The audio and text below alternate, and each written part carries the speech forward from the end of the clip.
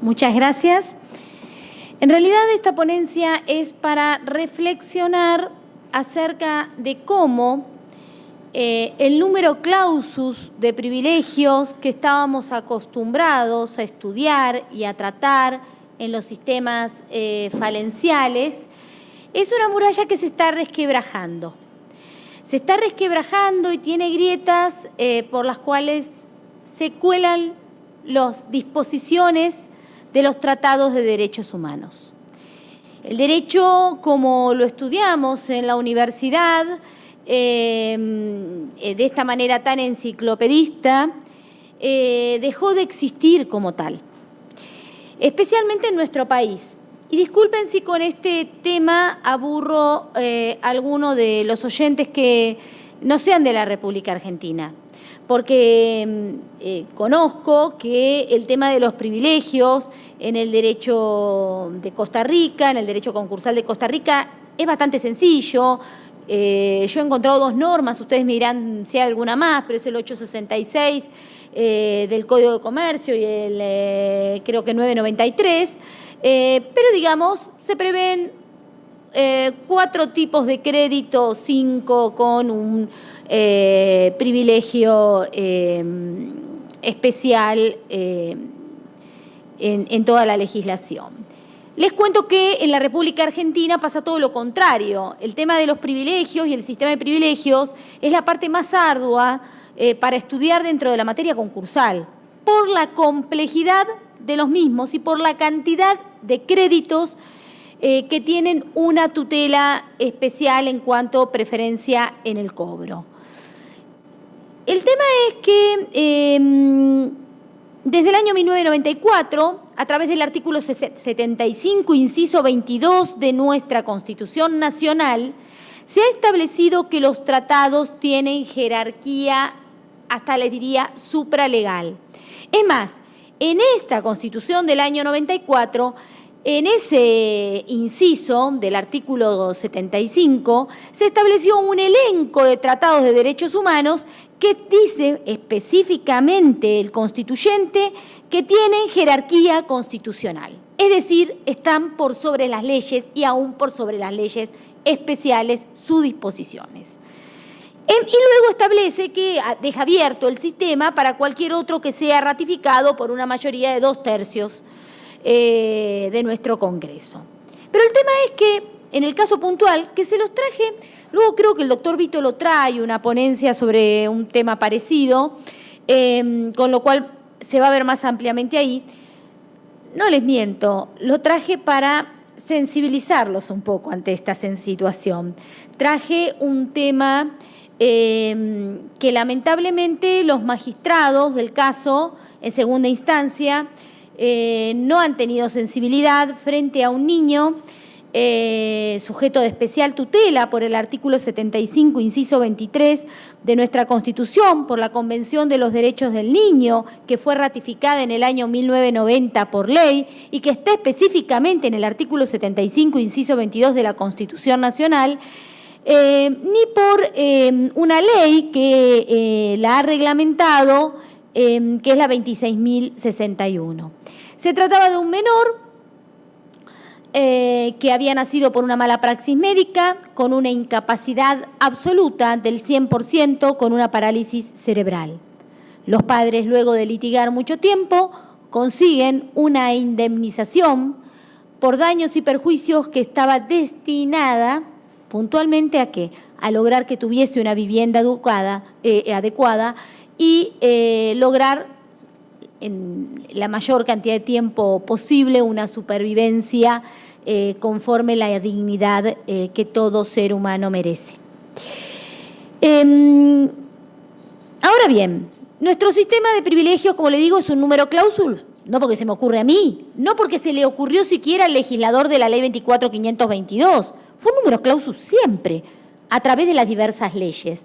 La 24.522 repitió algo parecido en su artículo 239 que dice: los privilegios son los que están dispuestos en esta ley. El tema es que, por ejemplo, la ley fue sancionada en junio o julio de 1995 es que, por ejemplo, tenemos el convenio de la OIT 173, que entró en vigor el 8 de junio de 1995, un mes antes de la ley de concursos y quiebras, y había sido ratificado por nuestro Congreso, por la 24.285 en el año 1993. Y esta, por ejemplo, esta convención ya cambiaba el sistema de privilegios de la ley que entró en vigencia un mes después de que entró en vigencia el convenio, porque establecía puntualmente que los créditos laborales debían tener un privilegio superior a cualquier otro crédito quirografario cuando se trataba de salarios, indemnizaciones, y especialmente, dice el artículo 8 de este convenio, cuando se trata de intereses en conflicto, digamos, cuando hay privilegios en conflicto y se cobra prorrata con el Estado, con los créditos estatales o del fisco, los desplaza. Esto dice la Convención. Un crédito laboral de esta naturaleza desplaza el crédito del fisco. Y nosotros tenemos que, bueno, salvo los privilegios especiales, si no hay asiento, me voy a privilegiado general y hay un prorrateo entre los privilegiados generales, entre ellos el fisco, entre ellos los créditos de naturaleza laboral, salvo los salarios por 6 meses. Ya se contradecía la norma que había salido en el 95 con la convención o con el convenio 173 de la OIT. Nos despertamos todos los operadores jurídicos, salvo el abogado que llevaba el caso, que hay que reconocer que fue el que primero se despertó, porque lo llevó hasta la Corte Suprema, y no hace muchos años la Corte Suprema de Justicia de la Nación dijo, en pinturerías y revestimientos, señores, acuérdense que existe este convenio, el crédito de fisco queda desplazado por aplicación no solo de este convenio, sino de una recomendación que ni siquiera había sido ratificada, que es la recomendación 180. ¿Por qué? Porque en realidad nuestro derecho está inspirado desde la Constitución, o debe estar inspirado, y la aplicación e interpretación de las normas debe estar inspirada por las disposiciones de los tratados de derechos humanos, que tienen 3 principios. Yo hoy a la mañana les hablé. El artículo 2 del Código Civil y Comercial establece cómo se debe interpretar la ley. Y dice que es importante interpretarla por la letra, por las finalidades, por las leyes análogas, por las disposiciones de los tratados de derechos humanos, por los principios y valores en un todo conforme o integral con todo el ordenamiento jurídico, de una manera integradora con todo el ordenamiento jurídico. Bueno, el tema es, ¿qué inspira los tratados de derechos humanos? 3 principios. Ya cuando hablamos de principios y valores, que Rutilio me decía, bueno, aplicar principios en nuestro derecho es imposible. 3 principios que deben inspirar al magistrado cuando dicta una sentencia. Principio pro homine, principio de progresividad o no regresividad de los derechos en favor del hombre, persona humana. Y, por último, el principio de favorabilidad. En este caso no se tuvo en cuenta todo esto. En este caso, ¿qué se dijo?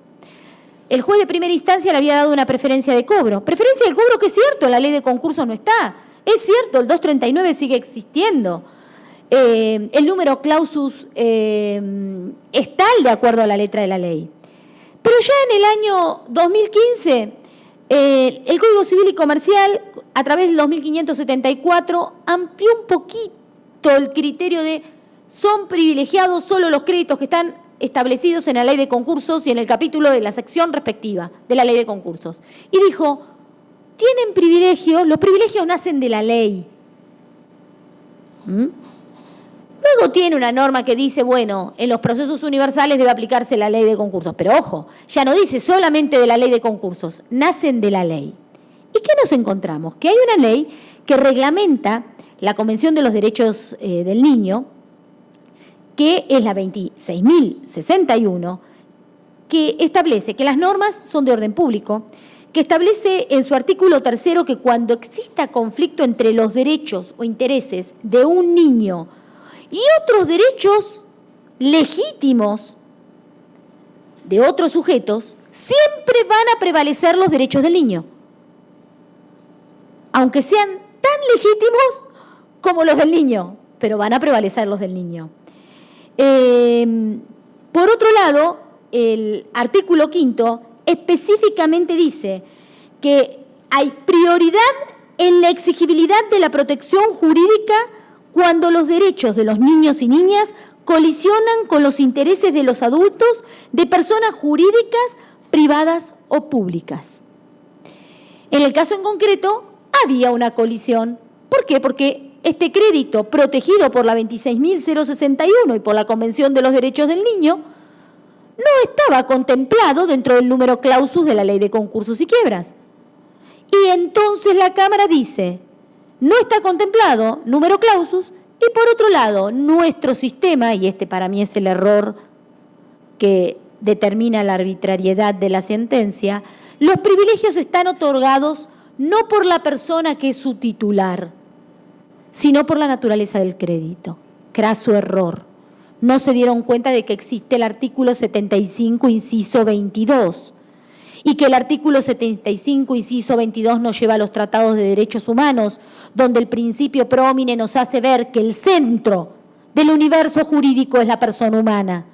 Con lo cual, en este caso, cuando estamos hablando de un sujeto vulnerable, y es más, es hipervulnerable porque es niño e incapaz, no cabe dudas de que la protección es al titular del crédito y que no importa su naturaleza en sí misma.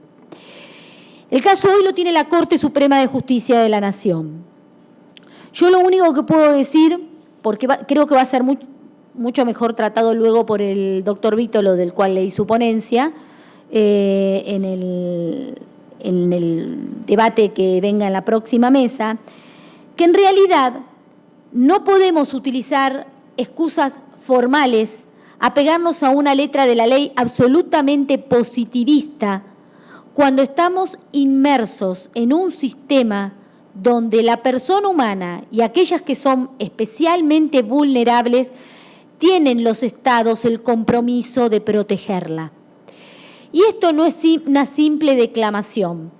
Lo que estoy diciendo también que el Estado se ocupó de protegerlos a través de la Ley 26.061, pero cuando un Estado se compromete a cumplir con un tratado, lo hace con todos los poderes que lo integran.